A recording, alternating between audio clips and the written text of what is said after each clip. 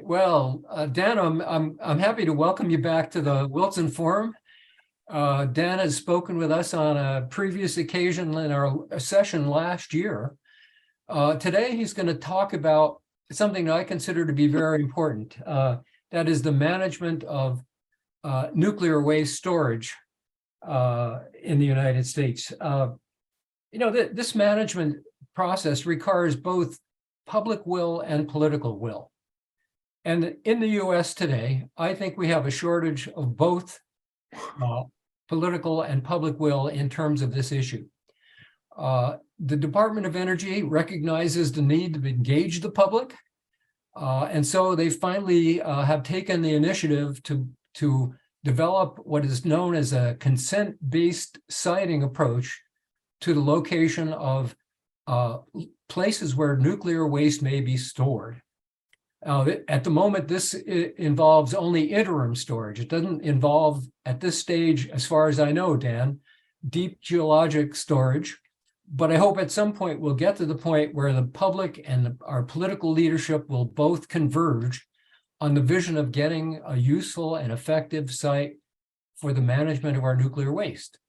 So Dan, with that introduction, I'm delighted to see you again. Welcome back as a speaker. I know you're a participant, but welcome back as a speaker today. The floor is yours. Well, thank you, Ron. Can you hear me? Yes. Good. All right. So, well, I appreciate the opportunity that has allowed me to sort of collect my thoughts on this idea of consent-based siting.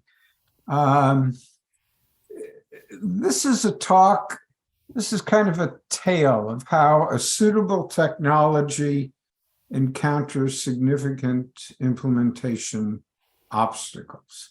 It relies on insights from the international experience, which I fortunately had an opportunity to gain while I served on the staff of the Nuclear Waste Technical Review Board. However, it focuses really on the United States, and it is prompted by actions taken recently by the Department of Energy. However, those efforts need to be placed in historical context, because in fact, this is not a new story.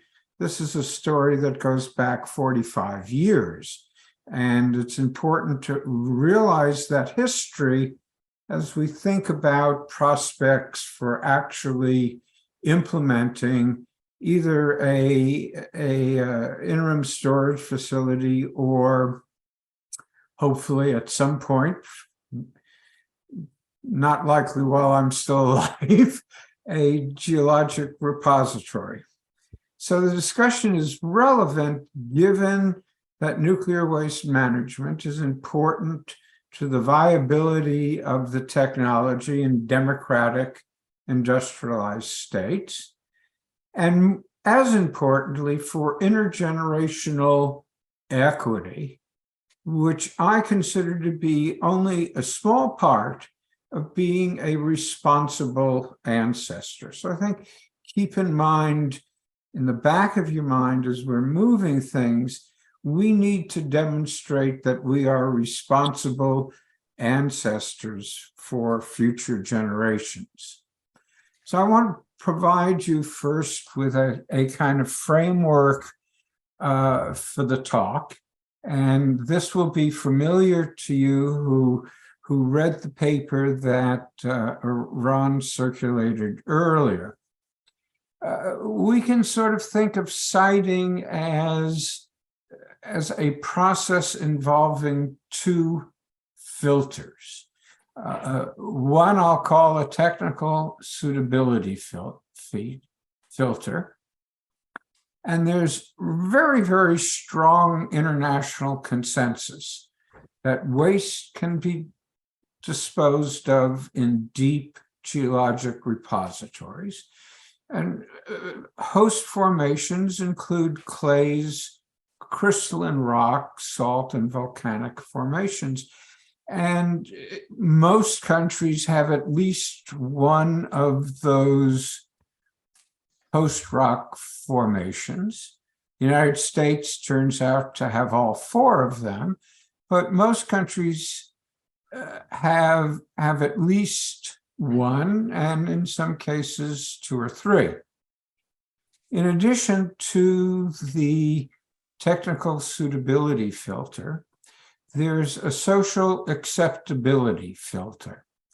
This is a mechanism to demonstrate the acceptability of a site, and the mechanisms for doing so vary by country. They may include referendum, such was the case in Sweden. They may include legislative action, such as the case in the United States. It may involve an executive decision, such as Germany, and it may involve protests and demonstrations. The interesting thing is that if one looks across the world, there have been roughly 24 efforts to cite a repository. The ones that have failed with the exception of one case, because of a failure to get through the social acceptability problem. So one can think of this as an iterative process in which potential sites pass through the first filter and then pass through a second filter and eventually become candidate sites, which might be developed for either a storage facility or a repository. Importantly, the order in which these filters are, quote, applied, unquote, also varies from country to country. In some, the social acceptability filter is applied first, like Canada or France. In some cases, the technical suitability filter is applied first, such as the United States. But the important point is that a site has to pass through both filters successfully before it can be developed as a repository or as a storage site. The situation is complicated, and this may strike many natural scientists as odd, but in fact, this technical suitability and the social acceptability filters are not independent of each other, that each affects the other. For example, attitudes toward nuclear power may affect how one views the technical suitability filter. And the technical suitability filter may affect whether it is socially acceptable to develop that site. So when we talk about the social suitability filter, we have to remember that it is not independent of the technical one. And the two interact in perhaps very obscure, implicit ways, but they do interact, and we can't forget that fact of life. All right, so how long does it take to cite a repository? I'm focusing now on efforts in industrialized democratic societies. And here, with the possible exception of China, represents countries with relatively mature, and that term is relatively, relatively mature repository programs. And you can see that even in the best case of Finland and France, it takes nearly 2 decades to select a site. And I should point out the rows in sort of this beige color are countries that still have not selected a site. And so, for example, Germany has been looking for the last 54 years. Switzerland has been looking for the last 44 years. The countries that have actually selected a site range from 19 years to 37 years. So this is not a quick process. And so my comment about being alive when the United States actually selects a site probably is not half facetious. Historically, this is a very, very time-consuming effort. And in the roughly 24 attempts to find a site internationally, only 4 or 5 of them have been successful.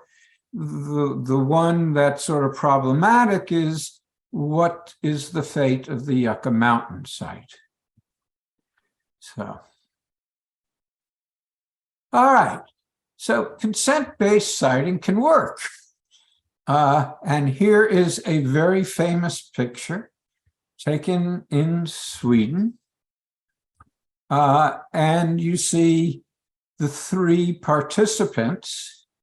On the far right side is Hans Tegelstrom, who at the time was the president of the Swedish implementer, SKB. And on the far left is the mayor of Oskarshamn, which was one of the 2 sites under consideration for the final repository. And in the middle is the mayor of Osthammer, who is the other site that was considered for a repository. Both of those municipalities were very willing to host the site for the final repository in Sweden because SKB engaged in a very intensive, and if we go back, a very intensive process that took nearly 3 decades to establish trust between SKB and the municipalities, the potential municipalities. So now let's turn to the US experience, which may not be quite as hopeful. Let's start pre-1978, when essentially there was no legislation on the books that would guide the selection of a repository site. So the Department of Energy sought permission to investigate potential sites from the governors of Ohio, Michigan, and New York. All of them said, go away. And because DOE did not have any authority to enter the state, DOE essentially said, okay, we'll try something else. And what they did was they engaged local officials who were not hostile to the idea of selecting a repository site. And so they explored sites in the Southwest, especially in New Mexico, along the Gulf Coast, in Louisiana and Mississippi, and near national laboratories, in particular the Pacific Northwest Laboratory in eastern Washington State, and the Oak Ridge National Laboratory and the Idaho National Laboratory.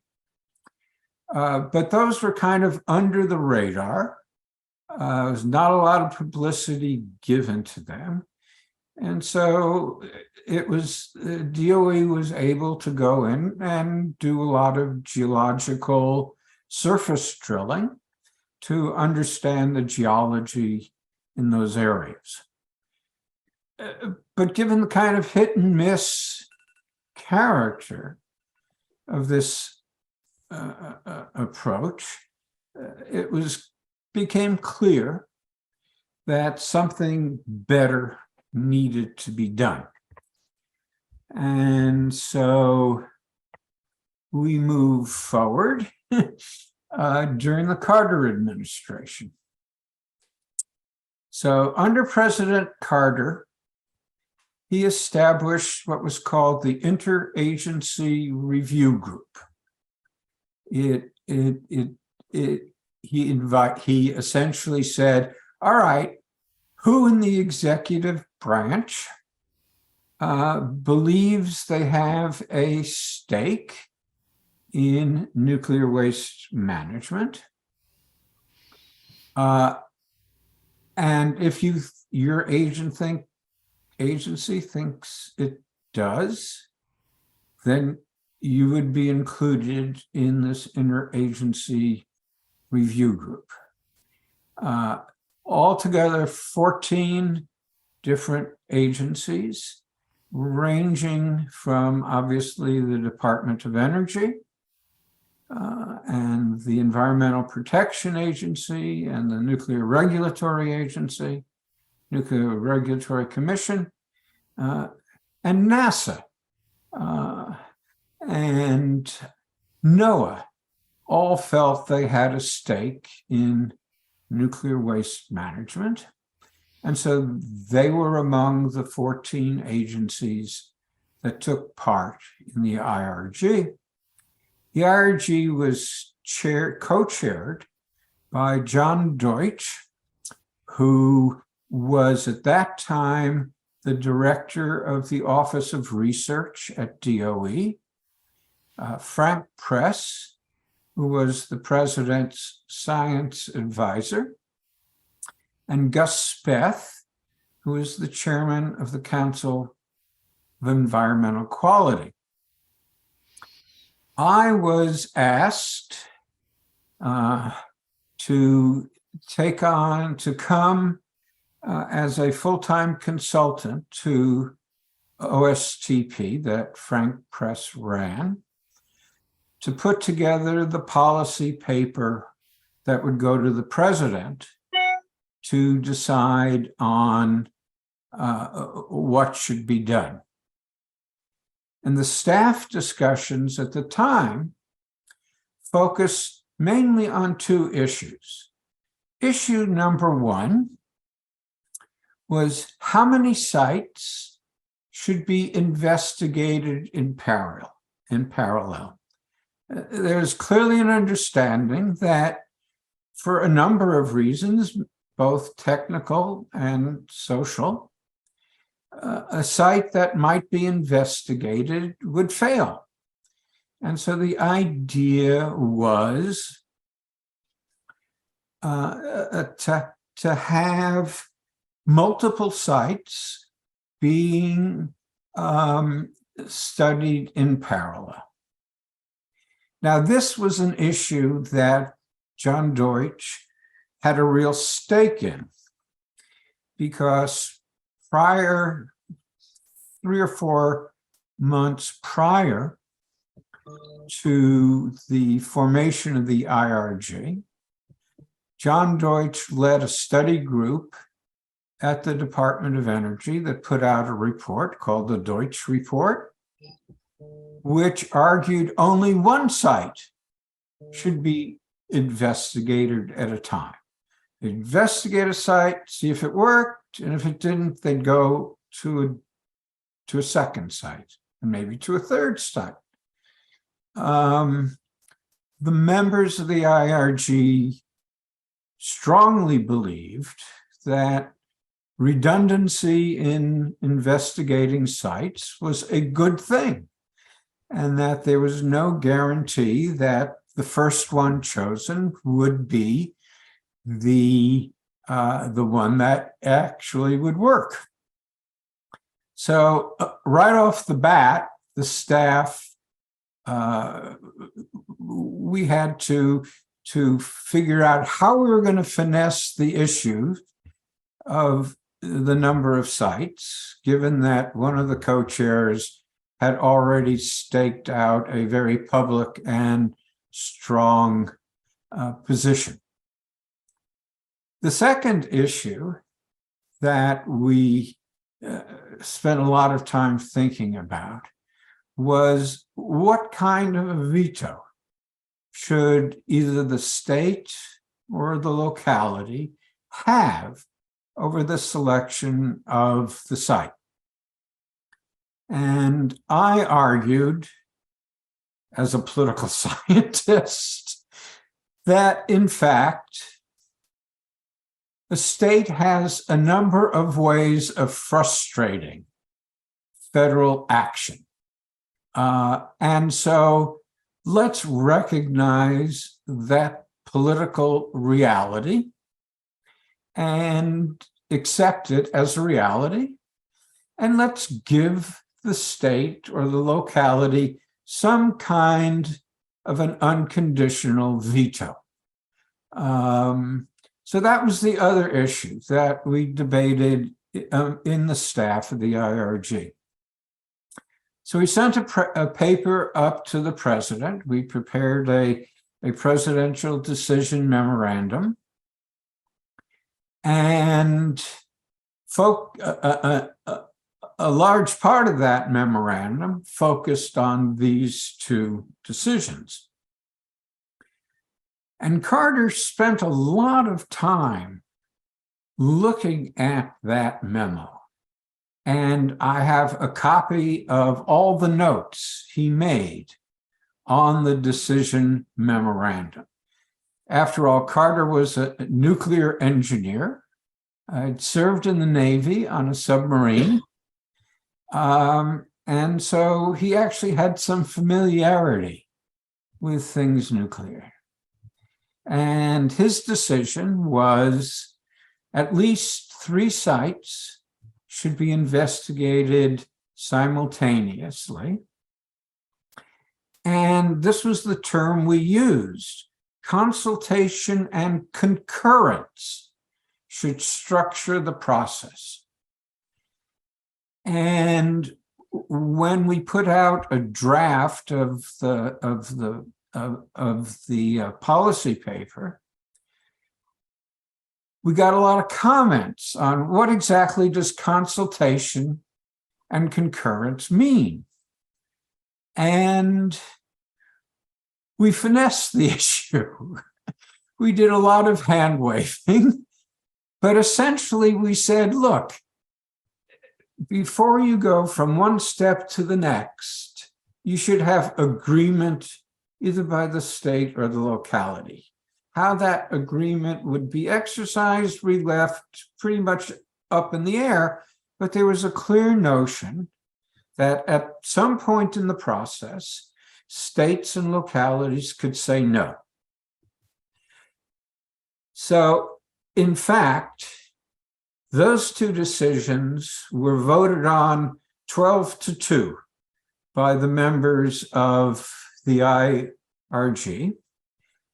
DOE and the National Security Council dissented on both of those issues, but the rest of the government, the rest of the agencies that were part of the IRG, agreed with what Carter decided to do and actually voted. There were actual votes taken. So we've had the IRG, and we have a presidential memorandum that was signed in 79, and we have a message to Congress. Fast forward, and we're going to go fast to 4 different things that happened pretty quickly over the space of almost 20 years. In 1982, 3 years after the IRG, the Nuclear Waste Policy Act was passed. It generally followed the IRG recommendations. It included a funding scheme, which we tried to put in back in the 70s, but we're told by OMB we can't do that because we don't want, the administration didn't want to appear like it was raising taxes. Secondly, the notion of consultation and concurrence morphed under the legislation into consultation and cooperation. All right, so this is 2 different beasts. Although the IRG was not terribly specific about what it meant in concurrence, it certainly meant more than cooperation. All right, so that's what the law passed. The law passed almost unanimously because it contained 4 bargains that satisfied the main stakeholders. The first of the bargains were geographic equity. There would be a repository in the East and a repository in the West. The second bargain was it would be a technically driven process. That is, DOE would investigate these at least 3 sites and develop a technical safety argument for each. The third bargain was that in exchange for a date that created an obligation on DOE to accept waste in January 1998, the utilities agreed to pay a fee. Actually, the utilities didn't pay the fee. The beneficiaries of nuclear energy paid the fee through the utility. And finally, that there would be a meaningful voice for states and localities. Well, the NWPA lasted 5 years. In 1987, the Nuclear Waste Policy Act amendments broke the first 2 bargains. So instead of a site in the East and a site in the West, the site in the East was canceled. Instead of a technically driven process, Congress decided among 3 different sites, Congress decided only to allow the Yucca Mountain site. We can talk about why later on. So almost within 5 years after this bargain that we put together, the IRG recommended, it was broken. Not a good start. The other thing that, for our purposes, is interesting, the Amendments Act created a nuclear waste negotiator office, and they were authorized to interact with potential storage sites. And they looked at a bunch of them. Virtually all of them were on Native American land. The governor of Wyoming wrote about why he wouldn't allow it in Wyoming was because there was this bear in the room, DOE, which could not be trusted to keep its bargains. All right, well, eventually the the nuclear waste negotiator found a tribe in New Mexico who was willing to at least talk about siting a storage facility. At that point, the two senators from New Mexico decided this is not such a good idea. And so they cut the funding for the nuclear waste negotiator. And a year later, they abolished the office whatsoever. Fast forward again, now to 2002. Remember now, the only site that could be looked at was the Yucca Mountain site. And President Bush, after a day of deliberations, recommended that to Congress that the Yucca Mountain site be chosen. Congress, in the Nuclear Waste Policy Act, Congress could override the objection of the state of Nevada by a majority vote in both houses of Congress. So Congress officially selects the Yucca Mountain site. In 2010, the staff of the Nuclear Regulatory Commission said that DOE satisfied the technical regulations for licensing, but hadn't satisfied some of the other regulations. And so now we move forward to the Obama administration. President Obama asked Secretary of Energy Ernie Moniz to withdraw the license application and to form a blue ribbon commission. And so Ernie Moniz did, and the commission had a pretty strong deadline, which they met, to release a report to the secretary in 2012.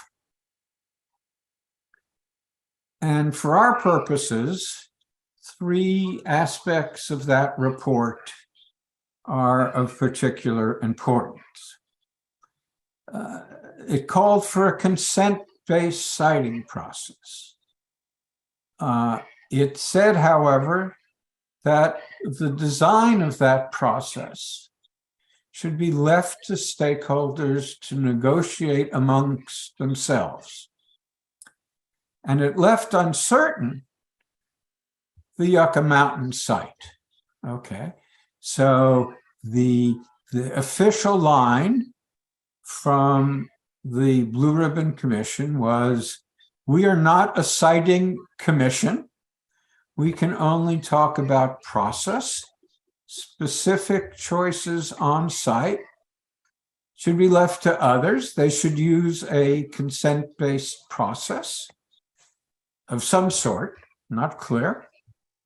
All right, well, turns out there were some important members of Congress, especially in the House of Representative, that I am told, I don't have first knowledge of this, but I am told, beat Ernie Moniz around the head and shoulders with a 2x4. And so basically he put a brake on the process until 2015, when the Department of Energy issued a request for information on how to proceed. And it issued a draft report in 2017. Well, you may remember in 2016, Donald Trump was elected president. And so DOE never finalized that draft report.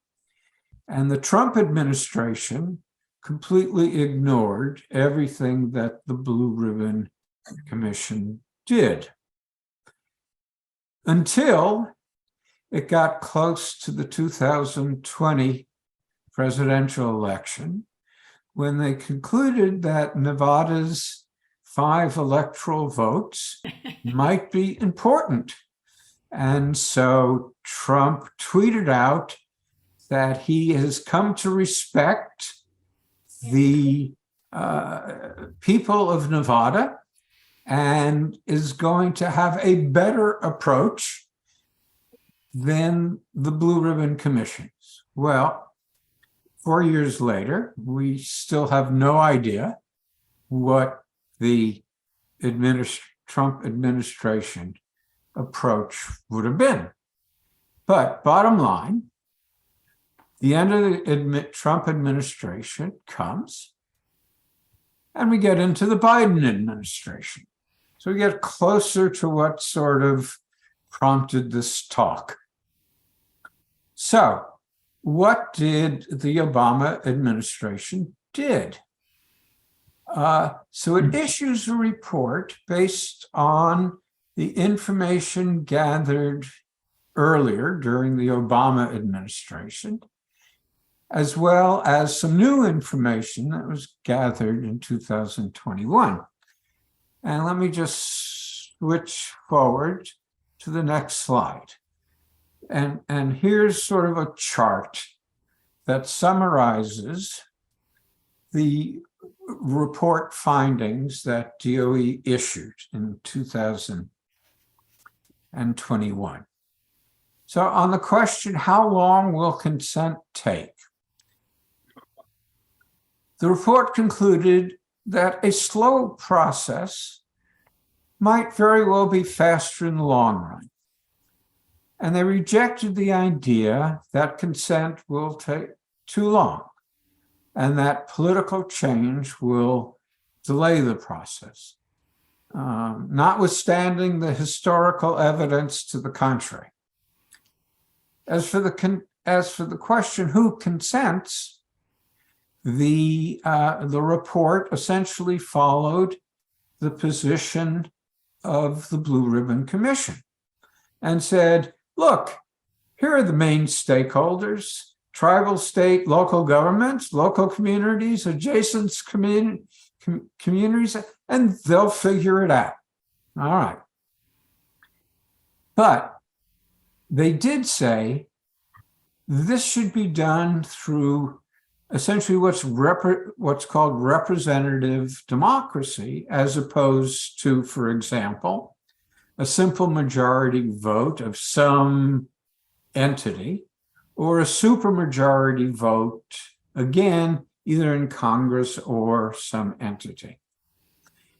As to the question of what is consent, the report said the community should define consent. This is all very consistent with what the Blue Ribbon Commission said, which is hardly surprising because the same folks who were involved both in DOE and outside of DOE in the Blue Ribbon Commission were now in power in DOE, and they're not going to repudiate the report that they did in 2012. So in a lot of respects, this report that came out in 2021 essentially was the same old, same old.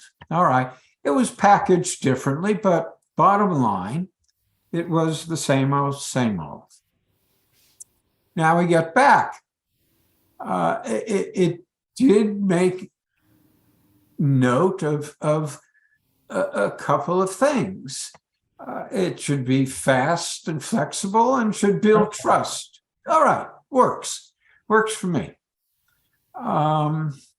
Now we come back to December of last year. And DOE announces that it has put aside $14 million to determine whether a community or a partnership might be willing to host a federal storage facility. Okay, right now, up to this point, the efforts to develop a storage facility would have been private. This would be a federal one, and that is governed by the law, the Nuclear Waste Policy Act, as to how that can happen. So the DOE starts out by saying, all right, here's $14 million. Let's put together some partnership and see who's interested in hosting a federal storage facility. They actually hired two very well-trained staff scientists at a fairly high level to work on developing a process, and that effort is being overseen by the Pacific Northwest Laboratory. I should point out, until this time, which was late last year, for 35 years, I was the only graduate-trained social scientist working in the federal government. That includes DOE, NRC, and EPA, the only graduate-trained social scientist who was involved in the government on nuclear waste issues. Now they've hired two, which is great. We'll see how that works. And it's got off to a really bad start. The Deputy Assistant Secretary, whose name I won't say, well-known actor in this area, apparently stole luggage from an airport luggage carrier, and he was fired for that offense. So right now, the group that is leading this is very up in the air as to how that's going to happen. All right. So let's step back and ask, what have we learned about social acceptability?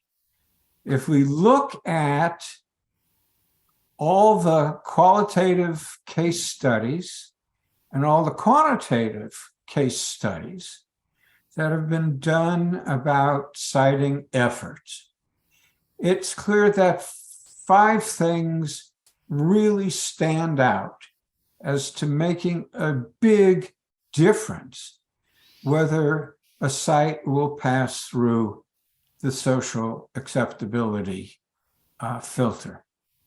The first is disputed technical claims, which you have in the case of Yucca Mountain and in the case of Gorleben, and to a lesser extent in the case of France and Sweden. Second is risk perceptions, the notion that a site would be stigmatized, and, for example, tourism would drop because no one wants to go to a place near where there's nuclear waste, or where agricultural products are farmed, such as the case of France, where one of the sites they initially looked at happened to be in the wine country in southern France. A fourth thing has to do with inequitable processes and distributions of decision-making power. This is particularly notable in the case of Yucca Mountain. And the fifth thing is anti-nuclear attitudes. And this played an important role in both France and Germany, and to some extent in Sweden, but not much of an extent in the United States. So these are the 5 factors that need to be addressed when it comes to removing obstacles for passing a site through the social acceptability filter. All right, let me make a few reflections on this history, because I think it does contain some interesting observations.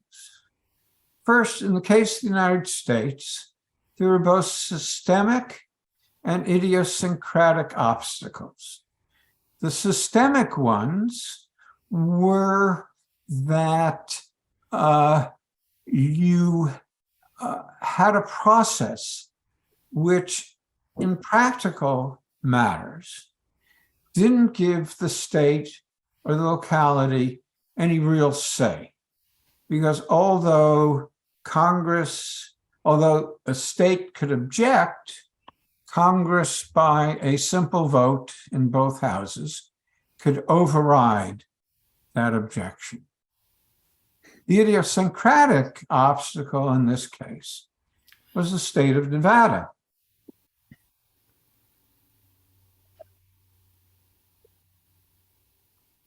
So when the Nuclear Waste Policy Act was passed in 1982, Nevada had two senators and one representative.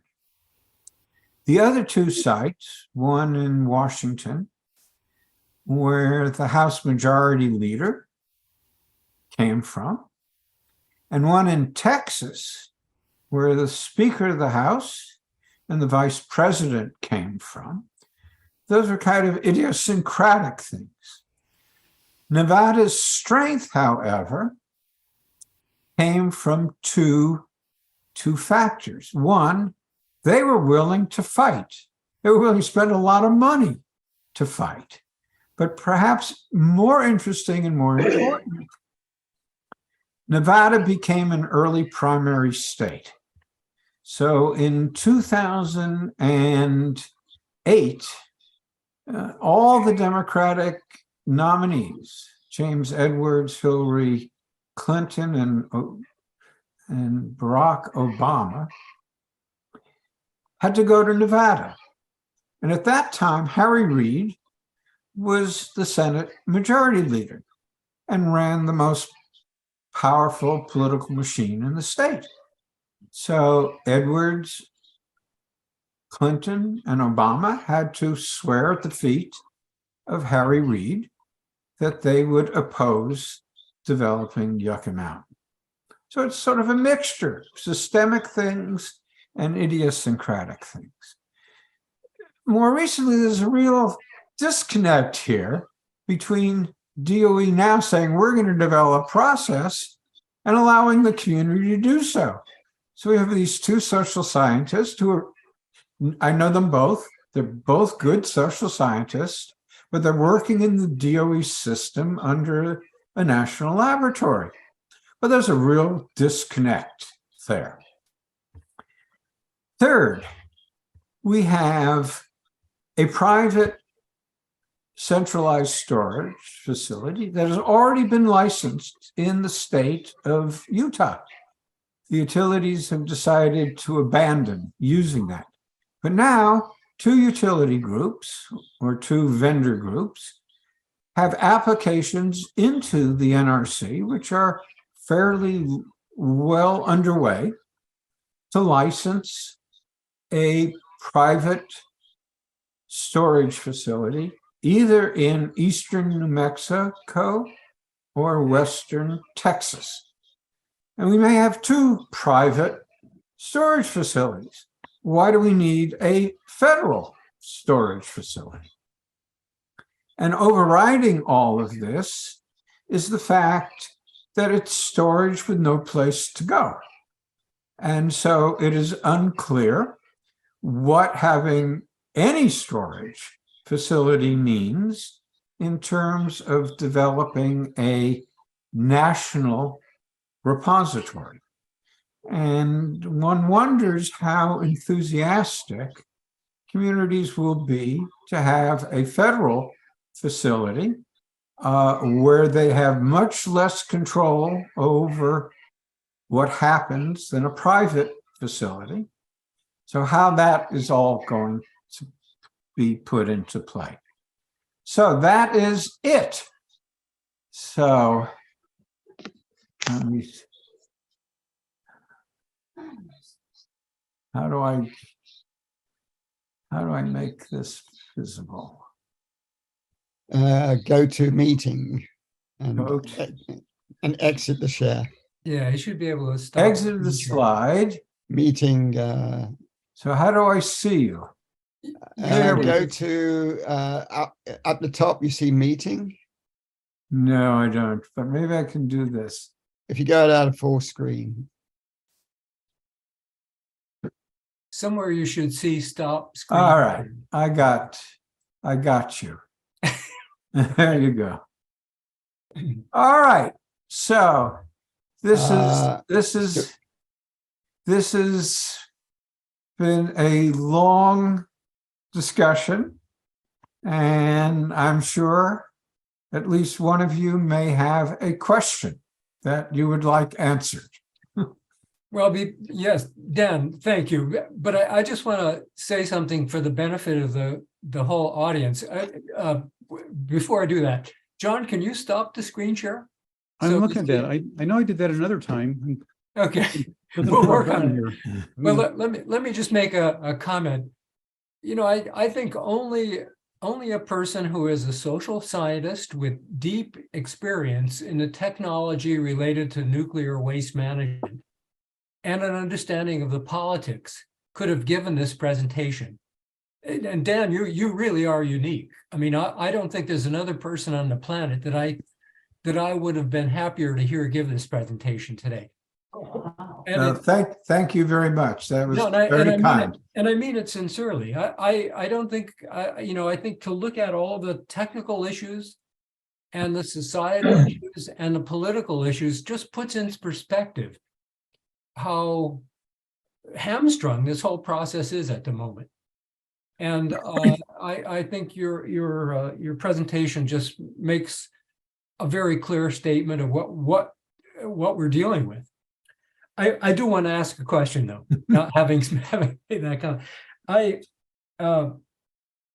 For another observation, first of all, I like very much the idea that you showed earlier, the concept of both a technology filter and a social suitability filter attached, in this case, to nuclear waste management.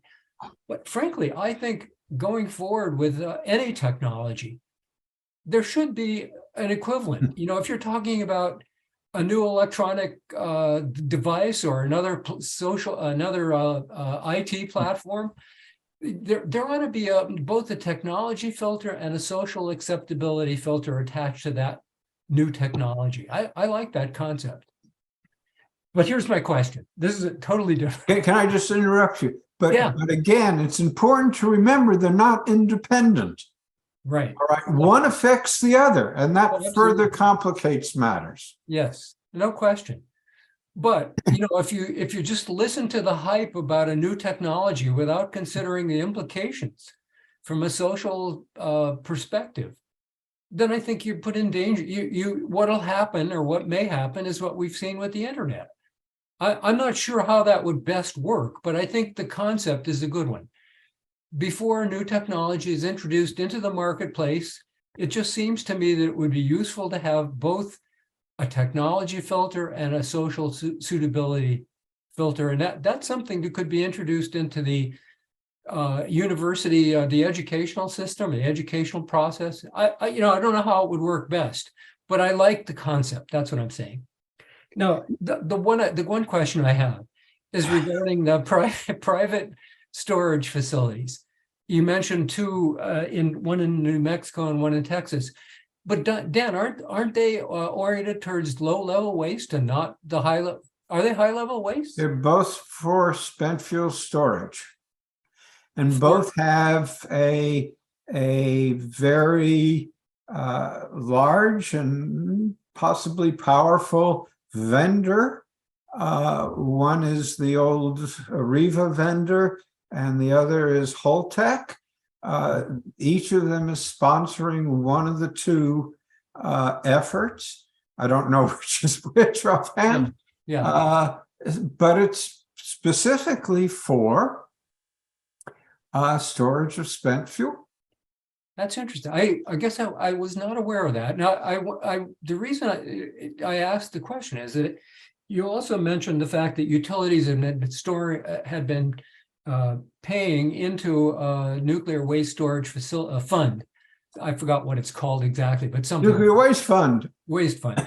Now, if it's a private, if the storage facilities are private rather than federal, how would the funds that the utility's been paying be used? How would that work? Okay, well, that's a really good question. Right now, under the current law, although DOE has been trying for a while to finesse this question, I think most people believe under the current law, the Nuclear Waste Fund cannot be spent to pay for storage of spent fuel at a private site. That's what I thought. That would have to be paid by the utility itself. Right. Okay. Mhm. One of the advantages, at least in theory, if it ever happens, which I'm not holding my breath, one of the advantages of a federal facility is it might be easier to use the Nuclear Waste Fund to pay for storage. Yeah. But, okay, so the law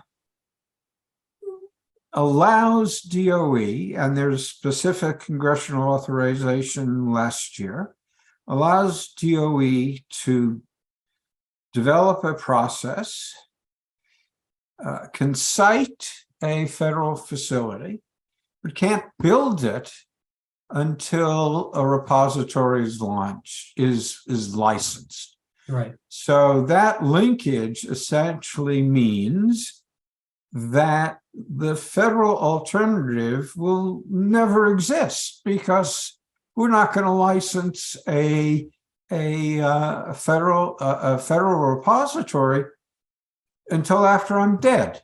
I'm sorry to be so glum, but I think that's the reality. If you look at that chart that I had, which shows that this is at best a 2-decade process. Yeah. I'm not going to live 2 decades.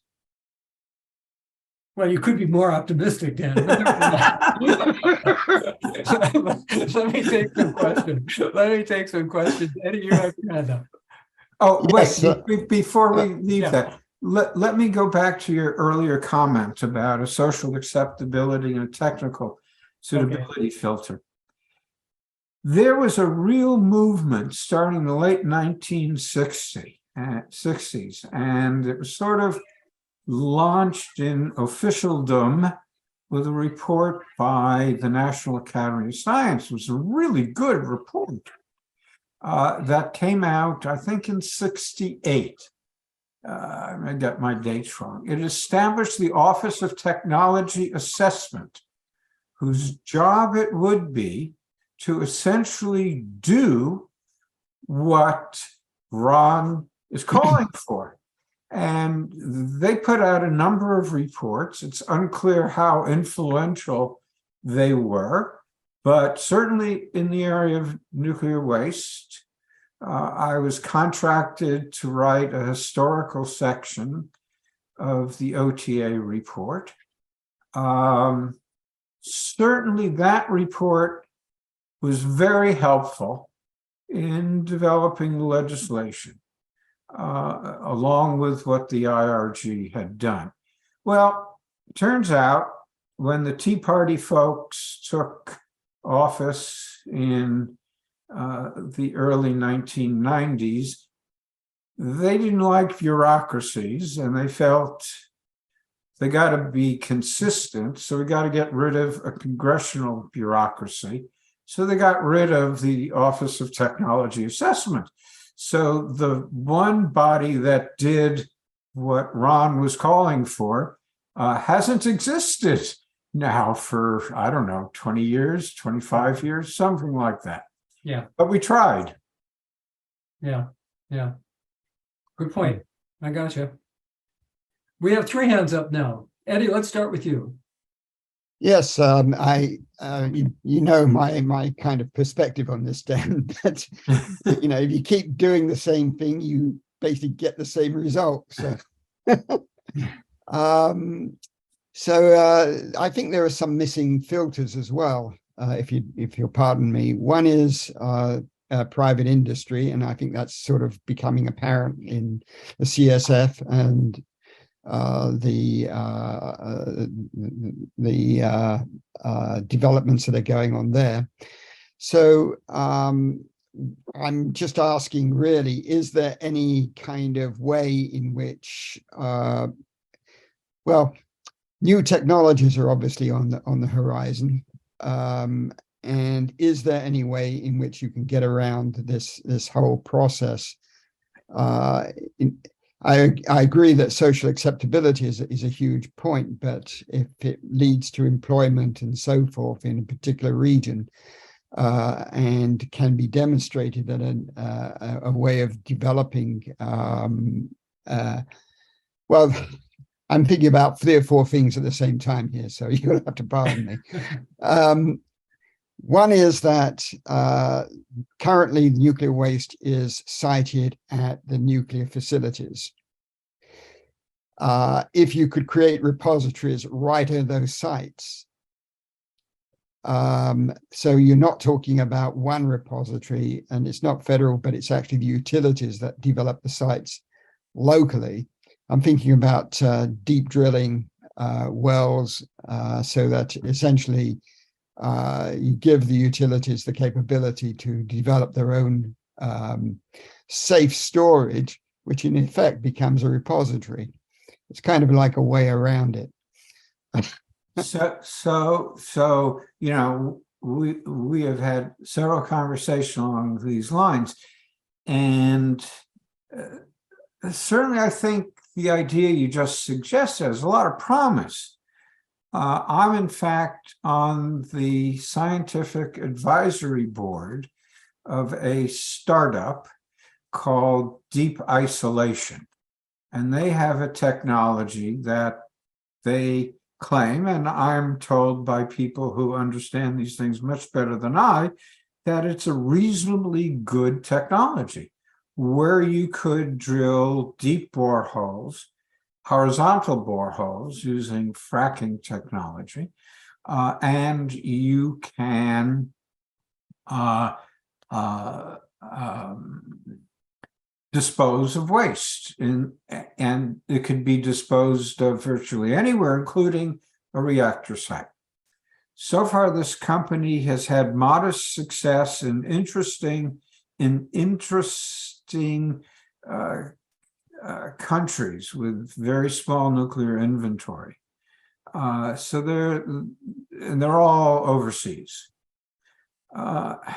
They are in the process of developing a cask, again through one of the vendors, that could be used to dispose of spent fuel.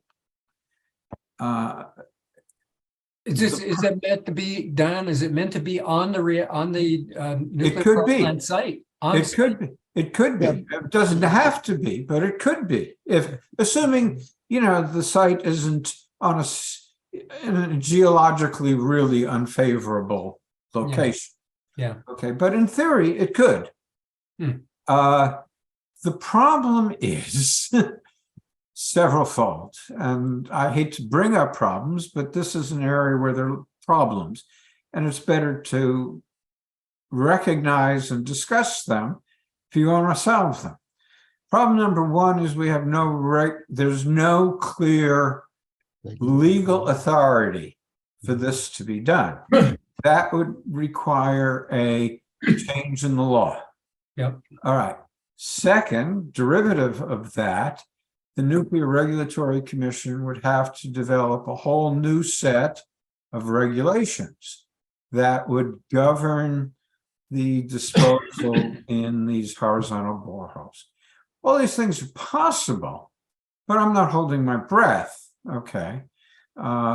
So that's No, I get you. But I just want to say that from my perspective, that has a lot of appeal if it could be done. I take your point that it would require, we're not even close, but it would require a lot of movement that might be difficult to imagine. But the thought that you could actually do that and it technically promising, I think that's something worth pursuing. And this company that I'm sort of advising is trying to do that. And like I said, they've had some modest successes, but in terms of an alternative to dispose of, 90,000 metric tons of spent fuel, they're quite away from that. Yeah, I got you. Okay. Let's move on to the next. I'm mindful of the time here, Dan. So let's move on to the next question. Neil, you have your hand up. You're muted, Neil. Neil, you're muted. Okay, Got it. I wish to put in the following optimistic scenario. By the way, I was familiar with almost everything that was presented, but I had not sort of complete composite together. So thank you. Basically, we now are having this big change in society where we want to go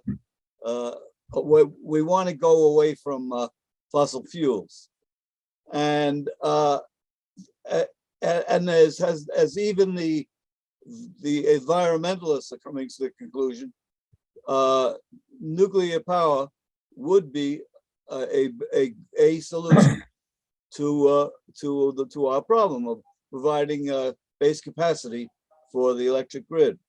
So I have hopes that this political pressure will change the dynamics. I say I have hopes. I don't wish, do not wish to bet on it, but I don't wish to bet against it. So I think things may be changing. We can hope. Yeah. So those of you who looked at the paper I wrote and that Ron circulated, there's a last paragraph. It quotes something I said in an ANS article that I wrote. Nuclear waste vocation folks are always hopeful, but they're going to need a lot more patience before any of this is likely to happen in the United States. Okay, there's reason for hope, Yeah, but there's importance of having a lot of patience. I think both points are well taken, and you're right. This is particularly one of those issues. Michael. I have a comment and I have a question. Whatever happened to the idea of firing nuclear waste into the sun? And another is that I'm coming from the inventors world, so I get calls from inventors, and I have been exposed to a technology, and you may laugh, transmutation. Right. And Ed and Michio Kuchi have a history of actually transmuting elements from one to another. It's all done in the nucleus. And there's plenty of, this is the book that Ed wrote, and the data is in there, but his interest wasn't to convert lead into gold, which they did on micro scale, 500 parts per million.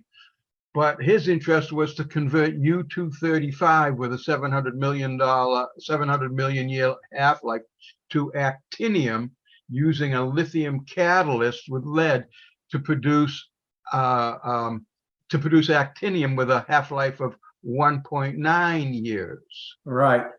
So his approach is different to nuclear waste, which is just turn it into something else. Yeah. right. So let me respond in two ways to that. One of my first introductions to nuclear waste was a contract my mentor at Berkeley got from Ames Lab in NASA to look at space disposal. And one of the conclusions, this was way back in the early 70s, technology has changed, But at that time, even putting aside the question of accidents, at that point, we calculated 90% of the payload to send up high-level waste would be taken up by shielding. So our conclusion was that this was not economically viable, even putting aside the question of accidents. The IRG, one of my colleagues working on the IRG was responsible for an appendix which looked at all the various technical options. And they looked at NASA, and the Department of Energy, as part of their environmental impact statement, also looked at space disposal. And that's why NASA was on the IRG. Okay. Generally, the feeling was that was not going to happen. Okay. So even by the late 70s, it was not seen as a viable alternative to geologic disposal. The National Academy looked at transmutation and put out a report which was very, very skeptical, if not negative, about those prospects. So that's how I would respond to your question, Michael. I think we have one more. Yes. Avi. Yeah, the question I have is, let's look at Yucca Mountain. And I confess I'm naive with regard to this. I very much appreciated your presentation. There's some kind of psychological or preferential orientation against using Yucca Mountain by the Nevadans. And I wonder if it would be possible to propose something like building a nuclear facility right at Yucca Mountain, using the energy from that facility to, let's say, pay all the energy bills of the people in Nevada or people in the area, and thereby introduce enough of an incentive to the people in the area that they would be willing to consider the trade-off of having the disposal facility in their state in return for enough economic benefit. So this is an area which lots of people, including the nuclear industry, have looked at and have, again, I don't have any firsthand knowledge about what either DOE or the industry as a whole has offered in terms of benefits. All right, the historical record in this area is a little mixed. The sites that have been chosen are either poor economic areas or nuclear areas. The two poor economic areas are France and Yucca Mountain. Probably benefits made a difference in France, although their process is a little skewed, so it's unclear how much of a difference it made. My understanding, again, secondhand, is every effort to offer a significant benefits package to the state has been turned down. And I don't know how generous they were, but I know everyone has been turned down. And in part because, in the words of Nevada's former Attorney General, because of the Screw Nevada bill.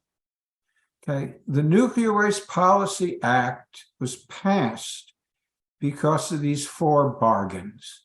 And as soon as these bargains, all of which now have been abrogated, as soon as these bargains were abrogated by the Nuclear Waste Policy Act amendments, Nevada's position was, you've screwed the deal over. You've changed the deal.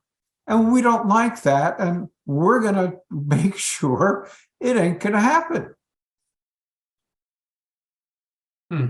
Interesting. Sorry.